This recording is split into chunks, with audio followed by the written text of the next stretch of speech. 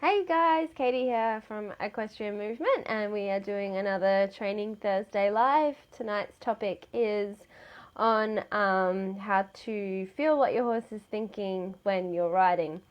So this has been a lot of the focus of my lessons for the last week or so.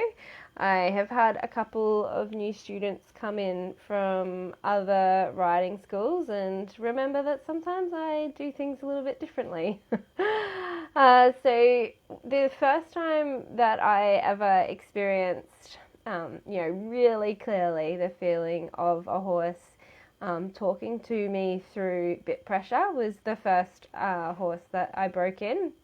And I was going out with him on a trail ride. It was the first time he'd left the property, so he was lucky enough to have been bred. Hi, Alexandra.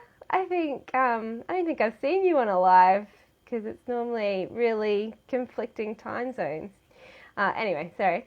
The first time I took this little fella out onto a trail ride, he was lucky enough to be born and bred and trained on the same property, so he'd not been off the property.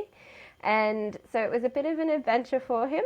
I'd spent, I think he'd probably been broken in. I'd been working with him for maybe about a year, and I used to hack the horses out in the forestry next door with my dogs. It was one of my favourite things to do, and it was nice to condition the horses up, build their endurance and strength and fitness for their flat work training and their jump training. And it was nice for me as well. Just go out for a little hack and pretend I'm actually working.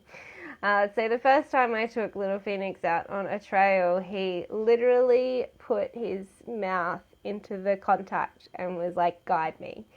He was nervous, but he was confident in me to tell him what to do and confident that I would guide him through this experience. And even though he was really scared about being out of his only environment that he'd ever really known, he and I had a really good relationship and rapport.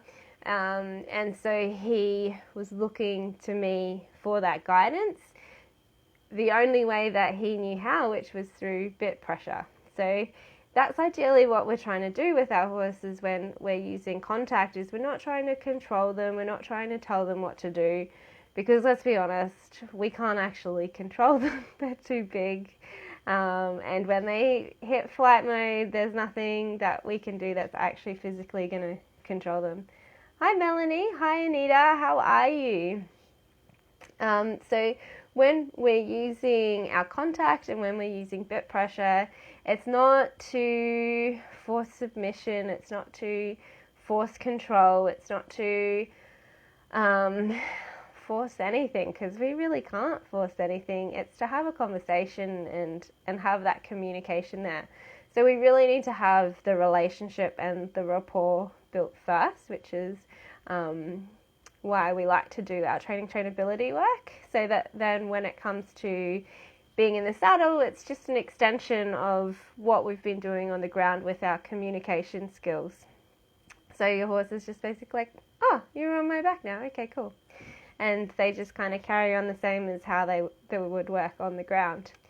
So the students that I've been working with this week have come across, and very typical riding school scenario of large groups, not a lot of individual attention, running through the motions, learn how to stay on your horse, try not to run into each other. So there's been a lot of control, but not a lot of connection to the horse and what the horse was saying. So they're able to, steer appropriately and ride their aids well. But when it came to actually listening to the horse for how it was riding, there just wasn't a lot there. And I think that this is a really big gap, not only in the riding schools where all of our beginners are learning to ride, but it's a really big gap with just instructors in general. I grew up very traditionally dressage trained of the horse must be on the bit for submission. The horse must have submission or you're out of control. And there was a good period of my life where I thought that if my horse wasn't, on the bit with like a rounded neck, then I actually didn't have control of my horse. And at that stage, I didn't, because contact had become, an argument about who was in control. It was, my horse had to be on the bit for submission. Submission meant that I was in control. And so then the challenging of the contact and, tossing the head and fighting and the resistance was my horse actively challenging, contact itself. And so it was literally a fight of who was stronger. And it's not a nice way to ride. It means that you and your horse are always arguing. And, sometimes there does have to be that time where you show up as a good leader and you, just say, hey, I'm asking you to do something. Can you please do it and stop arguing with me? Sometimes we might need to take a step back and make sure that we're actually explaining ourselves well and that our horses physically can do it. But there are certain times when our horses are testing us and we do have to follow through. But we don't want to constantly have that conversation with our horse that if it's not on the bit, then it's arguing with us. And so this is, in a roundabout way, what we're trying to achieve with contact is that our horse can openly have a conversation and communicate with us. And so the way that we teach them how to do that is through bit pressure, and we teach them how to do that through seeking the contact. So one of the things that we can do a little bit wrong, and I'm always getting myself in trouble for doing it myself, is you keep gathering your reins up, making your reins shorter and shorter and shorter and shorter, and the horse's mouth keeps coming more and more and more up, because what they're doing is they're trying to avoid that annoying piece of metal in their mouth that is sometimes painful if it's not fitted correctly or if we're not using our hands appropriately. Hi Cindy, how are you? And so their head is like coming up, and they might start using their posture wrong, which also can cause them pain. And so the whole situation becomes uncomfortable for them. And we just keep going shorter and shorter, trying to find their mouths, and they keep going further and further back, whether it be up or down or behind or wherever they go. They're trying to avoid that feeling of the bit in their mouth. Or they might go the opposite way and put all of their weight in the bit just to try and stabilize the piece of metal in their mouth from moving around too much. So what we're trying to do with that contact is we're trying to develop a comfortable relationship with a piece of metal in their mouth that presses on, their tongue and the bars of their gums. We're trying to get them to feel comfortable with it. So if you want your horse to feel comfortable with the bit, then you can't necessarily be using the bit so much for control. You have to have that established on the ground first and in your relationship first before you start having that conversation about how does your horse seek the release of pressure from that bit pressure in contact. So that then, the bit pressure isn't about control and force and submission, and it gets stronger and stronger and stronger until the horse listens, and then it goes away. Look, by the time we're using bit pressure, the horse should understand that pressure is a cue, is a word. It's not something that they need to fight with, or it's going to get more painful until it goes away, or whatever way you want. We can kind of see people using pressure sometimes. They need to have understood by this stage that it is just a single word that we are saying to them. So if we put 2 reins into their mouth, then the word that we're saying is stop. If we put a single rein into their mouth, then the word that we are saying is turn. And then, as the complexity of our aids develop, we are starting to combine those words to make more difficult words like bend and half halt and transitions and leg yields, and the way that we then start combining those aids is new words that we're creating from those combinations of those cues, not the pressure that we're putting into their mouth. We do still have to be very good at the timing and the application of the pressure and the release of pressure, because if we don't do that well, then we are going to fudge the cue. So the way that I teach the horses this, that I find the most effective, is on the ground, just in hand. So I think that sometimes the horses can find and probably the riders as well, like if you talk to my students as well, the legs are very confusing as well for students. But the complexity of the aids for the horses with the legs, the seat and the hands, and if we're not very clear, or even if we are very clear, they can be reading into different weight distributions and seat movements and leg movements that we're not even aware that we're doing. So the easiest way I find to communicate this to our horse is on the ground, bridle on, and just your in hand. Follow the rein, halt. And what the horses start to do is they start to put their mouth into the contact, and they start looking for that conversation. Where am I going? Where am I going? What am I doing? Where am I going? Where am I going? What am I doing? Where am I going? And then we can translate that into saddle. And then you have to be very careful when you're in the saddle that you actually put your hands forward and you ask them, hey, find my hands, have this conversation with me. Because if we're always just picking up that pressure and pulling them and steering them and telling them what to do, then we never give them the opportunity to go back out into our hands and seek our hands and seek that conversation. So we're kind of like building this two-way conversation, this rapport, where it's not just us telling our horses what to do, it's also us asking our horses to seek that conversation. So so this is the lesson that my students have been learning this week, and bless them, they're trying their heart out. They're like 7 and 8 and 10-year-olds that probably are just like, what is my instructor teaching me to do? I normally just sit on a horse.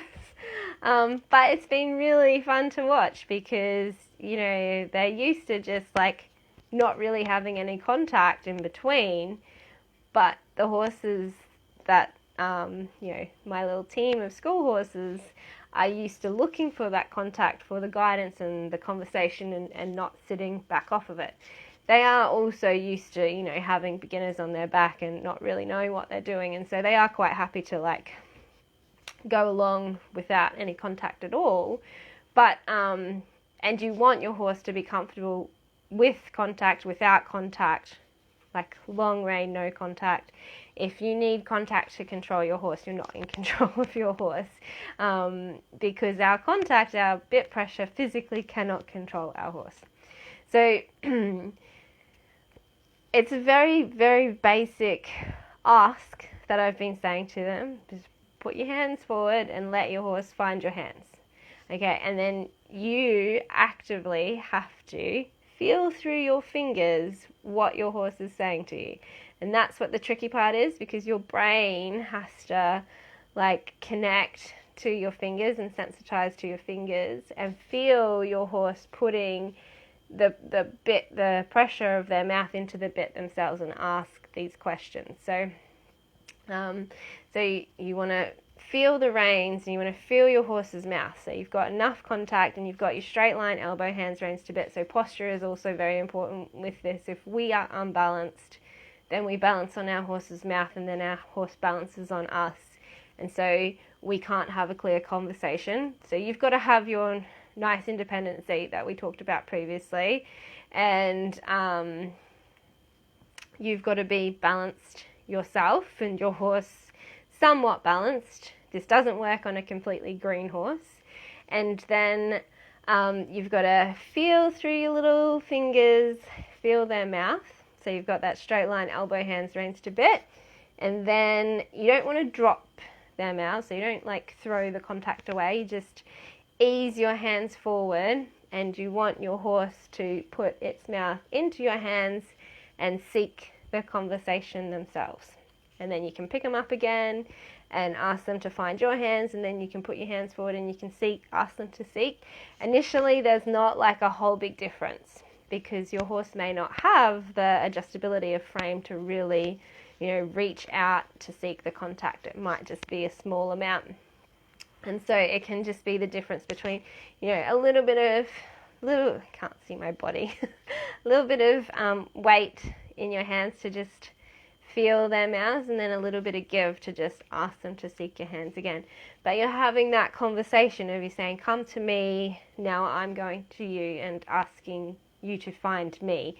And through that process, we can start to feel like our horse can start to communicate to us, and so then we can start to feel what they're thinking.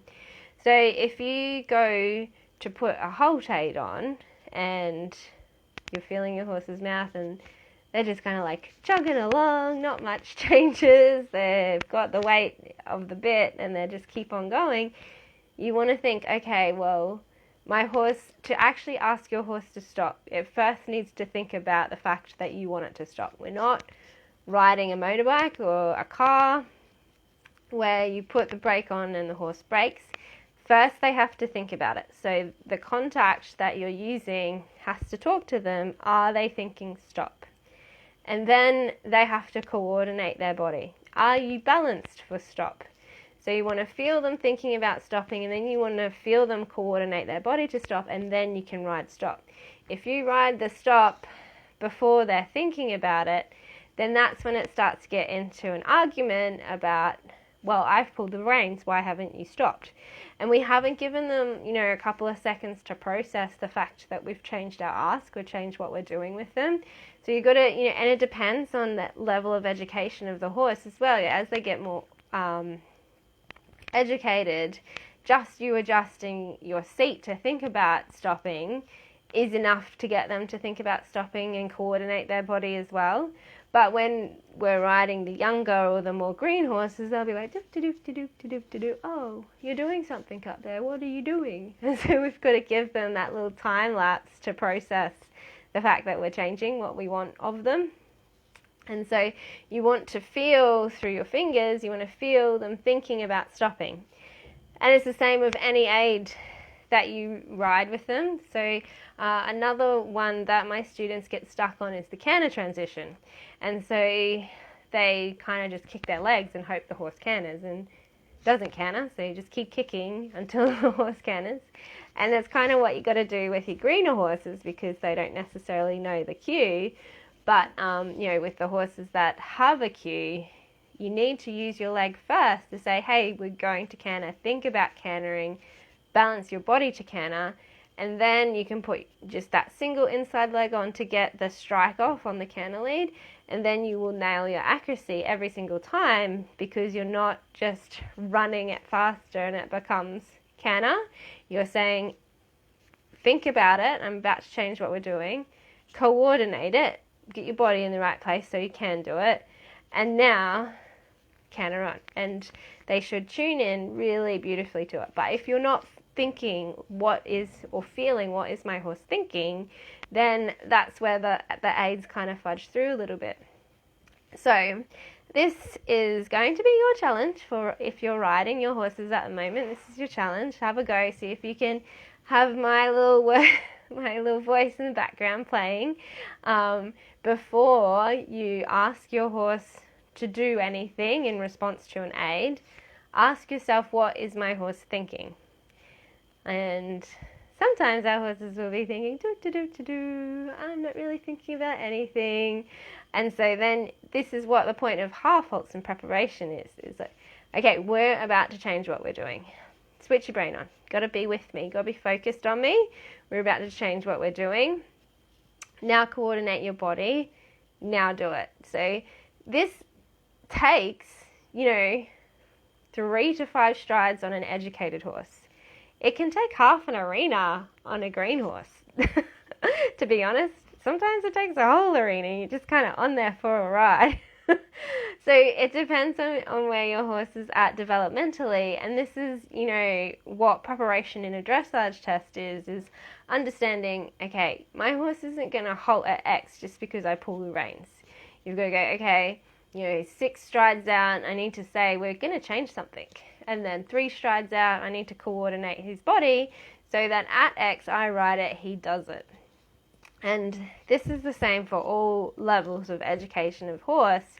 You need to be thinking ahead of yourself. How many strides does your horse need to be ready to execute your ask? How long does it take your horse to actually think about what you're telling them to do? Some horses, it can take a little bit to just tune their brain back in and say, we're about to do something different. Some horses are more gangly, and it's the coordination that takes a little bit longer, and they're always kind of mentally with us, like, what are we doing next? What are we doing next? So you've got to kind of play with your horse a little bit. It does help to ride with the letters, because you say, okay, I'm going to hold to E, and then you set yourself up. Is my horse thinking? Is my horse coordinated? And then do it. And then you can kind of say, oh, well, E's like 5 strides back that way. So you give yourself an extra 5 strides leading up to E to prepare yourself. It's not like we don't need the horse to stop without any forethought or preparation or coordination. It's our responsibility to be, okay, how long does my horse need to think ahead of myself to be able to execute it where I want my horse to execute it. So that comes down to us, and to us actually feeling what our horse is thinking, and not just, just kind of, okay, put the reins on, I want my horse to stop. Oh, it didn't stop. Well, I must need to tune my reins in more by getting stronger and then releasing the pressure when it stops. No, what you need your horse to do is actually to think about what you're doing. And so this is why we need to do a little bit of the groundwork as well quite a lot of the groundwork, to be honest, for our horses to actually know how to find the answers, know how to seek the release of pressure, but really to know how to have that conversation with us as well. And on the ground, you will start to realize that you actually can feel what they're thinking. It's just that sometimes we don't really like what they're thinking either. So I think that one of the reasons why we can, go, oh, I don't know what my horse is thinking. I don't know, how to read my horse or whatnot. You probably are reading your horse. You probably do know what it's thinking, and you probably just wished it wasn't thinking the things that it's thinking, or you weren't reading the things that you were reading, because it is really hard to get our horses to be enthusiastic, willing, and wanting to participate in being ridden. So if in the back of your head you're like, oh, I think my horse actually doesn't want me to do any of this, then it's quite often that it's true. And there's ways that we have to kind of go about it in the setup and the preparation to get our horses to actually want to be ridden. So, our connection work that we talk about, having that rapport and that relationship with our horse in the first place. And then how do we motivate and create willingness in our horses? So making learning fun and engaging, and then getting them into a work ethic so that they find the enjoyment of those wins. It's the way that we reward our horses that makes being ridden pleasurable for them. And when we do our other work with our yesing and our consenting and our choices, then we kind of draw that whole picture together, and we can start to feel our horse want to be ridden. We ride them in a way that makes them feel good. We can start to have an actual conversation when we're riding them, and we can feel what they're thinking when we ask. But if you're always trying to control them, if you're trying to ride them for submission, if you're, seesawing, oh, good Lord, if I see any more people seesawing off their horse's mouth to try and keep them in a frame, I know we are all on a journey, but I just wish we would stop teaching it. Having the horse suck behind the bit to find the release of pressure is not where the conversation is. And it's one way to teach a horse to stop looking for having a conversation, because you've you're just making the bit an uncomfortable pressure for them, and the comfortable release of pressure is behind the bit, then we can't have a conversation. Yes, I've been there. Yes, I've done it, because we get taught it, and it's not until we stop teaching. Yeah, see, something breaks my heart as well. It's not until we start teaching something different that we can change, the way that the horses are being ridden. And, I think a lot of us that are in here actually can feel our horses having a conversation with us, and a lot of the time it is pleasant. And so we don't need to be using bit pressure or halter pressure or whatever forcefully if we do all of the other work leading up to it. And then when we do all the other work leading up to it, we actually can feel what our horse is thinking. I hate the fact I was even taught it. 100%, Alexandra. I feel so sorry for my horse that I had in high school. I just had no idea, but it was because of my instructors, and they taught it because that was what they knew. So it's just, we have to really break that cycle. So take home is that we're not always coming back to find our horse's mouth. That was probably one of the other lessons that I got taught that I regret, is one of my instructors taught me long arm, short reins, and that helps to a certain degree to make sure that you're finding your horse's mouth, but then you have to give your hands back, and you have to say, now you find my hands. And then that's where we start getting them to seek that connection, and through seeking that connection, they start seeking a conversation, and then that's how our horse can start communicating with us, and then we can feel what they're thinking, and we can feel if they're not really concentrating on their job, or if they're like, okay, what's next? What are you going to ask me to do? So my poor horse, and I had when I know, I've actually, to be honest, Cindy, now that you say that, I think all of my horses when I was young were a problem. At least when I was little, I probably wasn't strong enough to make them do anything. So your homework: give your hands to your horses, and ask them to find your hands, and ask them to communicate back with you. And let me know how you go. I'd love to hear. Otherwise, have a good weekend. We'll see you next week for another Training Thursday. Bye.